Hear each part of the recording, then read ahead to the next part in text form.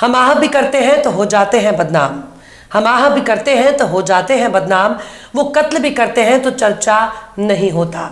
सलाम, नमस्ते, सत श्री अकाल। मैं हूं आपके साथ हर्षिता मिश्रा और आप देख रहे हैं टाइम्स मेल। इस वक्त पूरा देश एक सबसे बड़ी परेशानी से दो चार हो रहा है। उस परेशानी वाले लोग जहां तक अपने भाषण और विचारधारा से आतंक मचाते नजर आ रहे हैं। कोई महात्मा गांधी को मार देता है तो कोई गांधी के कातिलों की कदम बोशी करता है, कोई पूरे देश को एक ही रंग और एक ही विचारधारा में रंगने की बात करता है तो कोई चुन चुनकर एक खास मजहब को निशाना बनाता है। जानवर के कत्ल के इल्जाम में कोई मॉब लिंचिंग की हिमायत करता है तो कोई मजहब की बुनियाद पर दूसरों को खुद का मजहबी नारा लगाने के लिए मजबूर करता है। कोई मजहब के नाम पर जंतर मंतर पर नफरत का धर्म संसद आयोजित करता है तो कोई हरिद्वार जैसी एक पवित्र भूमि पर देश की बहुसंख्यक आबादी को अल्पसंख्यकों के खिलाफ हथियार उठाने के लिए कहता है। पूरे देश की सियासत जो ना करवा दे। एक खास विचारधारा की पाठशाला से पास आउट होने के बाद ऐसे लोगों को नफरत फैलाने का बहुत मौका मिलता है। खासकर ऐसे लोग सत्ता और सिस्टम के सहयोग से पूरे देश में नफरत भी फैला रहे हैं और सिस्टम को भी कहीं ना कहीं कंट्रोल कर रहे हैं। पर याद रखिए, नफरत के तमाम पुरोधाओं को खबरदार जो किसी ने दंगाई कहा, खबरदार जो किसी ने इनके खिलाफ एक शब्द अपनी जबान से कहा, खबरदार जो ऐसे लोगों को नफरती चिंटू कहने की कोशिश की, क्योंकि कानून के बड़े बड़े मुहाफिज इनको शांति दूत समझते हैं और ऐसे शांति दूत कानून को ठेंगे पर रखते हैं। पर याद रखिए कि कौवे को पेंट कर देने से वो बगुला नहीं बन जाता, भैंस को सफेद पेंट से रंग देने पर वो गाय नहीं बन जाती, क्योंकि हर पीली चीज सोना नहीं होती। दरअसल इस वक्त पूरे देश में सबसे ज्यादा नफरत फैलाने वाला शख्स अगर कोई है तो खबरदार जो आपने यति नरसिम्हानंद का नाम लिया, खबरदार जो नफरत फैलाने वाले प्रज्ञा सिंह ठाकुर का नाम लिया, खबरदार जो आपने सुरेश चौहान का नाम लिया, खबरदार जो आपने साध्वी प्राची का नाम लिया, खबरदार जो आपने काजल हिंदुस्तानी का नाम लिया, खबरदार जो आपने पूजा शकुन पांडे का नाम लिया, क्योंकि सत्ता और सिस्टम की नजर में इनको शांति दूत कहा जाता है। सत्ता और सिस्टम की मदद से इनको खूब मदद मिल रही है। ऐसे में बस एक शख्स है जो पूरे देश में नफरत फैला रहा है और उस शख्स का नाम है मुफ्ती सलमान अजहरी। मुफ्ती सलमान अजहरी को जितनी सजा दी जाए वो कम है, क्योंकि इसने उस खास विचारधारा वाले स्कूल से पढ़ाई नहीं की है। मुफ्ती सलमान अजहरी का ताल्लुक ना तो बीजेपी से है और संघ परिवार के किसी स्कूल से। ना तो मुफ्ती सलमान अजहरी ने बजरंग दल की तरह हथियार लहराए और ना ही मुफ्ती सलमान अजहरी प्रज्ञा ठाकुर की तरह बम धमाके और आतंकवाद के आरोपी। ना तो मुफ्ती सलमान अजहरी ने नाथूराम गोडसे की तरह बाबू की हत्या की है और ना ही किसी कत्ल की वकालत की है। ना तो मुफ्ती सलमान अजहरी ने बलात्कारियों को फूल माला पहनाकर स्वागत किया और ना ही कातिल बलात्कारियों के समर्थन में कोई रैली निकाली, बल्कि आलिम दीन होने के नाते उन्होंने एक तकरीर की। मुफ्ती सलमान अजहरी की तकरीर के एक छोटे से हिस्से को सोशल मीडिया पर शेयर करके उस हिंदुओं के खिलाफ भड़काऊ बयान का इल्जाम लगाया गया। पर मुफ्ती सलमान अजहरी के खिलाफ जिस तरह से गुजरात में केस दर्ज कर मुंबई से गिरफ्तार किया, उस गिरफ्तारी पर ही बहुत सवाल उठ रहे हैं। मौलाना के चाहने वाले इस बयान को फलस्तीन के बारे में दिया गया बयान बता रहे हैं। मौलाना के खिलाफ खड़े लोग इसे हिंदुओं से जोड़कर पेश कर रहे हैं। हालांकि मौलाना मुफ्ती सलमान अजहरी को जमानत मिल गई, पर एक के बाद एक उन पर उसी गुजरात में मुकदमे शुरू हो गए। पहले केस में जमानत मिलने के बाद उनके खिलाफ दूसरी एफआईआर दर्ज होती है, दूसरी एफआईआर में भी जमानत मिलने के बाद तीसरी एफआईआर दर्ज की जाती है। लेकिन हद तो तब हो गई जब तीसरी बार भी उनको जमानत मिल जाती है, क्योंकि 3 एफआईआर दर्ज होने के बाद उन पर पासा कानून के तहत कार्रवाई कर दी जाती है। यानी मुफ्ती सलमान अजहरी को अदालत से जमानत मिलने के बाद उनको सिस्टम की तरफ से फंसाया जा चुका है। अब मुफ्ती सलमान अजहरी को कम से कम 1 साल तक जेल में रखने की कोशिश हो रही है।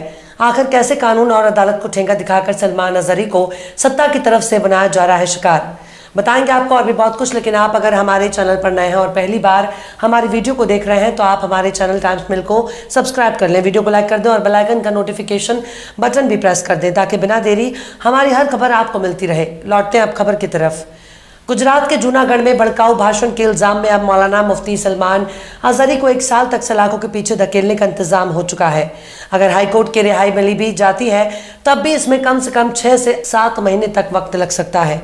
मौलाना मुफ्ती सलमान अजहरी ने 31 जनवरी की रात जूनागढ़ में एक भाषण दिया था। इसमें उन्होंने एक शेर पढ़ा था। उनके खिलाफ गुजरात में केस दर्ज होता है और फिर मौलाना गिरफ्तार कर लिया जाता है। बाद में उन्हें जमानत भी मिल जाती है, पर उनके खिलाफ एक के बाद एक केस दर्ज किए जाने का सिलसिला चल पड़ा। अब उनके खिलाफ 3 एफआईआर दर्ज हो चुकी हैं। तीनों केस में उनको जमानत भी मिल चुकी है, पर मौलाना को अब सत्ता और सिस्टम की तरफ निशाना बनाया जा रहा है, जिसके बाद इतना तो साफ हो चुका है कि मौलाना को लंबे वक्त तक जेल में रखा जाएगा। गुजरात की जूनागढ़ पुलिस ने कलेक्टर के आदेश जारी करवाकर मौलाना मुफ्ती सलमान अजहरी के खिलाफ पासा यानी Gujarat prevention of anti social activities act के तहत कार्रवाई की है। गुजरात में ये कानून प्रशासन को सार्वजनिक सुरक्षा बनाए रखने के लिए बूटलेगर्स, खतरनाक व्यक्तियों, नशीली दवाओं के अपराधियों, अनैतिक तस्करी करने वाले अपराधियों और संपत्ति हड़पने वालों को हिरासत के तहत लेने की इजाजत देता है। इसके बाद मुफ्ती को फिर से डिटेन किया गया है। अब मौलाना को वडोदरा जेल में रखा जाएगा। पासा में आरोपी को जहां एफआईआर दर्ज है उस जिले में नहीं रखा जाता। मौलाना मुफ्ती के खिलाफ पासा का ऑर्डर 1 साल के लिए है। टाइम्स ग्रुप के नव भारत टाइम्स के मुताबिक पासा लगने के बाद आरोपी को रिहाई में कम से कम 6 से 7 महीने का वक्त लग जाता है। पासा की कार्रवाई होने के बाद आरोपी की तरफ से अगले 12 दिन में पासा लगाने वाले अधिकारी के पास अपनी अर्जी देनी होती है।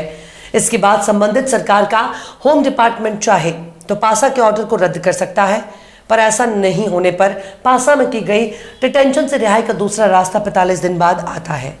पासा एडवाइजरी बोर्ड यानी पीएबी में आरोपी चाहते तो अपने करीबी दोस्त के साथ पेश होकर रिहाई की गुहार लगा सकता है। अगर इसमें भी रिहाई नहीं मिलती तब आरोपी को बहुत ही बड़ी मुश्किलों का सामना करना पड़ता है। नव भारत टाइम्स ने इस बारे में गुजरात हाईकोर्ट के सीनियर वकील हितेश गुप्ता का बयान हवाला देते हुए बताया कि आमतौर पर इन दोनों विकल्पों में काफी कम लोगों को राहत मिलती है। हाईकोर्ट का ही दरवाजा खटखटाना पड़ता है। हितेश गुप्ता कहते हैं कि संबंधित अधिकारी और होम डिपार्टमेंट में राहत मिलने पर अंतिम विकल्प हाईकोर्ट है। हाईकोर्ट में पासा के मामलों की भरमार है। यहाँ पर रिट याचिका लगानी होती है। हाईकोर्ट में सुनवाई का नंबर वेटिंग के हिसाब से आता है। ऐसे में 6 से 7 महीने का वक्त लग जाता है। हाईकोर्ट से राहत नहीं मिलने पर सलमान अजहरी को 12 महीने के पूरे वक्त को जेल में गुजारना पड़ सकता है। सलमान अजहरी की पढ़ाई उस यूनिवर्सिटी से हुई है जहां कम ही लोग पहुंचने में कामयाब होते हैं। मीडिया रिपोर्ट्स के मुताबिक सलमान अजहरी की पढ़ाई मिस्र की जामिया अल अजहर से हुई है। यूनिवर्सिटी को अरबी जबान में जामिया कहा जाता है। शायद जामिया अल अजहर से फारिग होने की वजह से मौलाना का नाम में अजहरी शुमार किया जाता हो, पर इतना तो बिल्कुल वाज़ेह हो चुका है कि मुफ्ती सलमान अजहरी को लंबे वक्त तक जेल में रखने का मंसूबा तैयार किया गया। ये भी कितने हैरानी की बात है कि हमारे देश में एक से बढ़कर एक नफरती चिंटू खुलेआम घूम रहे हैं। उनके खिलाफ बाकायदा केस दर्ज कराने के लिए अदालत का दरवाजा खटखटाना पड़ता है, पर मौलाना सलमान अजहरी के मामले में ऐसा बिल्कुल भी नहीं होता। उनके खिलाफ एक के बाद एक बहुत ही सिस्टमैटिक तरीके से केस दर्ज किया जाता है। उन्हें जमानत भी मिल जाती है, पर पासा एक्ट के तहत उन्हें अब 1 साल तक कानूनी जंग में फंसाने का मंसूबा चल रहा है। पर क्या किया जा सकता है? जब हर जगह एक ही नजरिया के लोग बैठ जाते हैं तब कैसा कानून और कैसा इंसाफ। पूरे देश को बर्बाद करने के लिए कानून का जनाजा उठाया जा रहा है। कानून के बड़े बड़े मुहाफिज तमाशा देख रहे हैं। बहरहाल चलते चलते आखिर में शौक बहराइची ने भी क्या खूब फरमाया है। बर्बाद गुलिस्ता करने को बस एक ही उल्लू काफी था। बर्बाद गुलिस्ता करने को बस एक ही उल्लू काफी था। हर शाख पे उल्लू बैठा है, अंजाम गुलिस्ता क्या होगा। फिलहाल इस वीडियो में बस इतना ही। वीडियो आपको कैसा लगा कमेंट बॉक्स में आप जरूर बताइएगा। वीडियो पसंद आए तो लाइक करें। हमारे वीडियो लिंक को फेसबुक, ट्विटर, व्हाट्सएप पर अपने रिश्तेदार, यार, दोस्तों को भी शेयर करें। और बेबाक, निष्पक्ष, स्वतंत्र पत्रकारिता को सपोर्ट करने के लिए आप हमारे चैनल टाइम्स मेल को जरूर से सब्सक्राइब करें। और हाँ, बेल आइकन की घंटी वाली बटन भी आप जरूर से दबा दें ताकि आपको हमारे आने वाले नए वीडियो की नोटिफिकेशन फौरन ही मिल जाए। फिर मिलता है किसी और वीडियो में एक नई खबर के साथ। हर्षिता मिश्रा को दीजिए इजाजत। जय हिंद। तो देख लिया आपने हमारे इस वीडियो को। हमें उम्मीद है कि आपने हमारे वीडियो को लाइक किया होगा और दूसरों को भी शेयर किया होगा। अगर अभी तक आपने हमारे चैनल टाइम्स मेल को सब्सक्राइब नहीं किया है तो जल्दी से सब्सक्राइब कर दें और बेल आइकन भी प्रेस कर दें।